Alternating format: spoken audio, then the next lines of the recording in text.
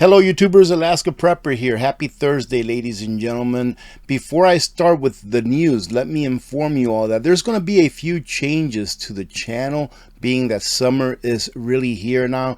I know people tell me summer doesn't start until June 21st, but for us here, it's summer when it's not raining or snowing, ladies and gentlemen, because we're taking that opportunity and time to get ready for next winter. Anyways, I'm not going to cover that on this video, but I will talk about it during our live stream tomorrow. So hope to see you there, because we haven't had a live stream on Friday for a couple of weeks, I believe. But we do have a lot of news to cover today, so let's get to it. And what better reason to be prepared and stay prepared, ladies and gentlemen.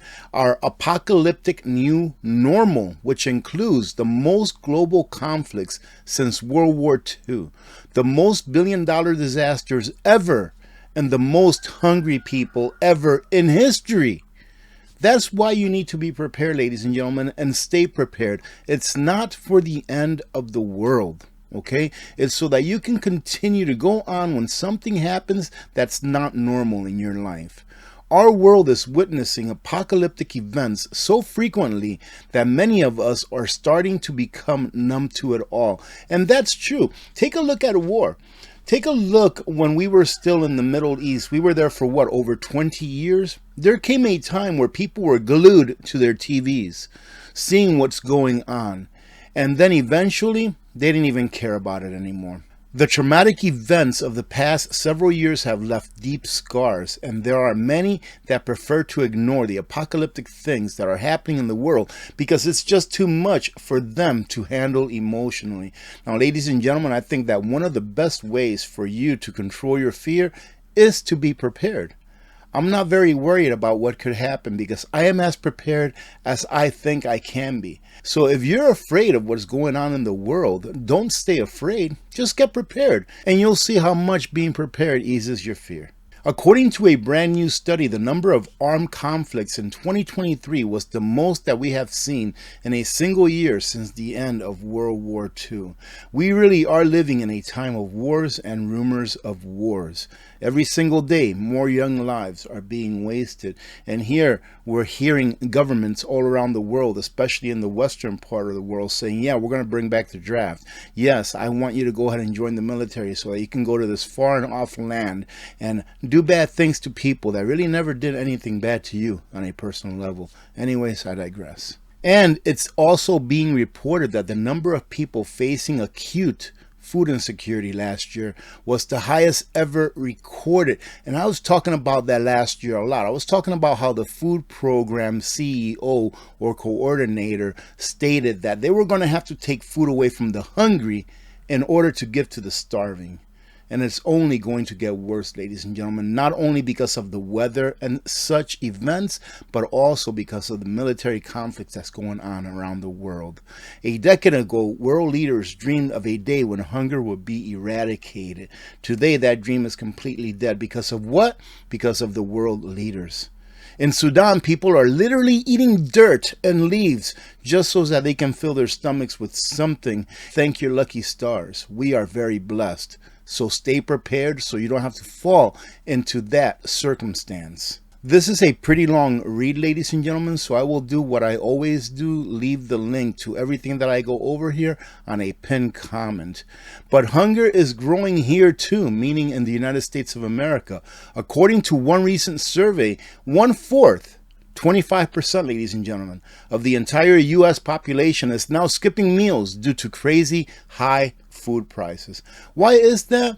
In my opinion, it's because of policy and nothing else. Policies like this, where in California they deemed it necessary to raise the minimum wage and make businesses pay more than what they can afford. And what did that lead to? Raising the minimum wage artificially, ladies and gentlemen, does not lead to any kind of success. It leads to people losing their jobs, just like a lot of us were screaming when they first passed this law. 10,000 California fast food workers were fired thanks to the $20 minimum wage. You have to understand that that $20 $20 nominal price represents something. It represents the value that you're adding to the company. Therefore, if you're working for a company and your value to that company is less than $20 an hour, but they have to pay you $20 an hour, ladies and gentlemen, they're going to have to let you go. All right? Or they're going to have to raise their food prices, or both. Why? Because the value that you're providing to that company is less than $20 an hour, what they are now being mandated to pay you. And another thing that I haven't seen anyone cover really, raising that minimum wage to $20 an hour doesn't only affect those that were fired, it also affects those that were able to keep their jobs. Because I bet you that a lot of people fall into this circumstance right here. If you were making 15 bucks an hour before, right, and you were also on some kind of where the state is helping you, some kind of assistance, right, welfare or food stamps or whatever, right? Once your minimum wage rose to $20 an hour, I bet you a lot of people are now scared that they're going to lose their entitlements, not benefits, that they're going to lose their entitlements that they had before at 15 bucks an hour. I haven't really looked into that deeply, but that just came into mind, and it just makes sense that if you're making more on a job, you're probably going to get less from any entitlements that you were receiving from the state. According to Monzo, nearly 10,000 fast food jobs have been cut across the state since Governor Newsom signed Assembly Bill 1287 into law last year. And you want to keep that guy as your governor? Go for it. That's why I stated a few videos ago, I don't know, maybe a week or two ago, that California is dead. If you continue to elect these policies, you have no hope, ladies and gentlemen. It's going to be the first third world country that we have as a state here in the U.S. You can only raise prices so much, he said, and you're seeing it. People are not going to pay $20 for a Big Mac. It's not going to happen. Take a look at all of these businesses that had to lay people off or fire them, and also some of them go out of business. Rubio's, Foster's Freeze, Pizza Hut. These are iconic businesses. Mod Pizza. Let me see. Bar Moruno. Excalibur Pizza. Subway. Burger King. McDonald's.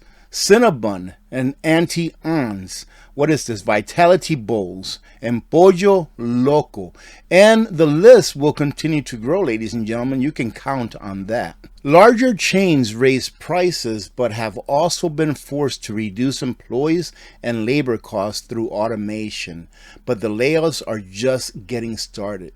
Restaurants are struggling to stay above water, and Democrats just threw them an anvil. California Assembly Republican leader James Gallagher, we warned Democrats this new mandate would cut jobs. They ignored us, and here we are with the highest unemployment rate in the country, poised to get even worse. The digital options that many fast food franchises are referring to are automated ordering systems as well as robot workers, which are slowly but surely becoming more cost effective than human laborers. That's the future. At least one fast food location in California is testing a fully robotic restaurant with no human workers. Middle class destruction, the real story behind America's declining economy. I will say it again before I read through this article. It is policy, ladies and gentlemen, that is destroying the middle class. And here is some data on the United States where 40% of all Americans are unable to plan beyond their next paycheck, which means that 40%, I think it's a little more than that, are actually living paycheck to paycheck. 46% do not have $500 saved for some kind of an emergency. A quarter of those who are making $75,000 per year spend over 50% of their budget on housing. Does it feel like it's getting better? The majority of those making $60,000 per year find their debt difficult to manage. The bottom line, when middle class workers were able to easily trade up an existing new job for a new higher paying job, they were able to stay on top of persistently rising expenses. That time sadly has passed. But those who do have jobs are still grateful, even when they fall short on being able to pay their bills, because they at least have a job, right? They can at least put a little bit of food on the table. And those who don't have a job are getting desperate. Overall, we are a very precarious economic time. Inflation has run above, sometimes far, far above, the Fed's 2% target for over 39 consecutive months.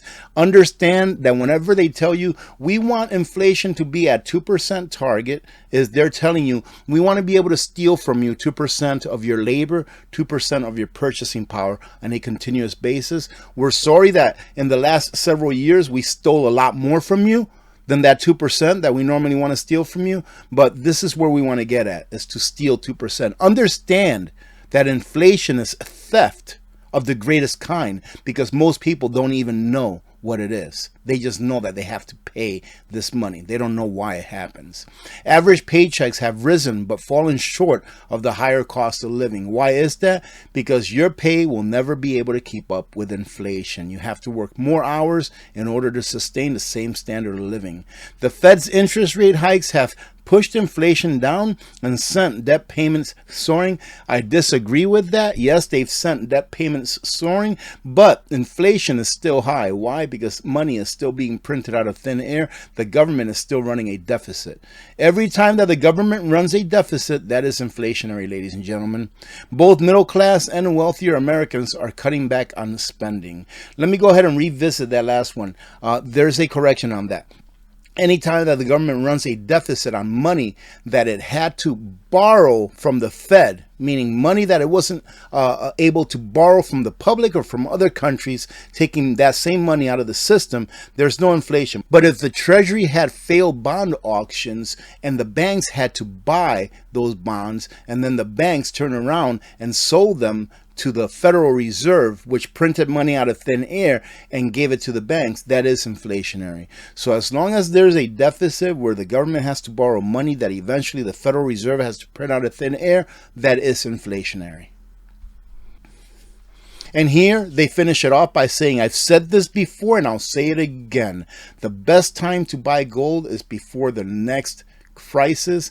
And I have to say that that is 100% correct. And this is a great segue in order for you to hear a few words from the sponsor of this video, Genesis Gold Group. Now, ladies and gentlemen, every once in a while in the comments, I hear somebody saying something, oh, you always have to get Genesis Gold Group sponsor. Listen, if you don't like it, then don't watch the video. Go away. All right. Genesis Gold Group has done a lot of good things for this community. Not only this community here by giving us silver. I mean, what other place gives like 5-ounce silver coins to give away for Christmas giveaways and stuff like that? All right. I'm not going to get into that, but they've done a lot of good things for the community that I live in by providing me with funds to be able to feed soldiers for Thanksgiving that couldn't afford a turkey. 25% of service members that are actively serving in the military cannot afford a turkey for Thanksgiving, ladies and gentlemen. So thank you, Genesis Gold Group, for doing that. Thank you, Genesis Gold Group, for allowing me to go and buy food for the food bank here just a couple of weeks ago, and to go buy food for the resource center for parents and children because they needed it just a few weeks ago. I'm not a financial advisor, but the folks at Genesis Gold Group specialize in helping those who want to diversify their excess wealth by converting their fiat currency retirement plans into a plan that is backed by real money. So if you're in a position where you are wondering what you can do in order to diversify or insulate your wealth against what I like to call the inferno of inflation, give Genesis Gold Group a call, and they can provide you with the information that you need in order to make an educated decision. That's all I need to know. Is that gold, in my opinion, I'm not a financial advisor. I have to say that because I'm on the internet. And my opinion is for the long run. Is to make sure that the government, whatever government it is, does not steal your wealth, does not steal your purchasing power from the day that you earned it to when you need to use that actual money. Soaring coffee prices force Folgers owner to increase supermarket prices. Been talking about this for a while, and now it has manifested into reality. Arabica and Robusta coffee bean prices have been soaring this year due to supply crunches hitting some of the world's top bean producers. Now, this is actually a supply and demand problem because they have had a lot of problems last year in how much coffee they were able to produce. It was only a matter of time before higher bean prices impacted major U.S. food brands, forcing them to announce imminent price hikes at the supermarket. Now imagine when inflation shoots straight up again like it's going to. I don't know how people are going to be able to afford to eat, period, when inflation does its next round of an upswing, because it's going to be a good one. So brace yourselves for that one, ladies and gentlemen. And here's an article that's 4 days after the last one that I read to you that pretty much confirms. Brewing storm. World's top Robusta coffee producer reports smallest export since 2009. So you see, it is a supply and demand issue in this case. But on top of that, inflation is also going to affect it here going down the road. More troubling news is brewing for coffee lovers from the world's top producing country in Southeast Asia. Shipments from the world's biggest producers of the Robusta variety slumped to less than 80,000 tons in May, down 47% from a year ago. Wow, that's a big number. Custom data shows. That's the lowest amount of bean exported for the month since 2009, according to Bloomberg. Tightening global supplies have rocketed Robusta futures in London to the highest in 16 years. So get your coffee, ladies and gentlemen, because if you need that caffeine kick early in the morning like I do, man, it'd be a tough world where you couldn't have that coffee. Anyways, thank you very much for joining in today. Thank you to the sponsor of the video, Genesis Gold Group. Hopefully we'll see you tomorrow, ladies and gentlemen. I do have a short video being put out either later on this afternoon or sometime tomorrow morning on the only Dominican grocery store in Alaska, and I found it, and it was like being in a candy store. So hope to see you on that video. Other than that, I hope that you have a great rest of your day. God bless every one of you. God bless America. I'm Alaska Prepper. I'm out.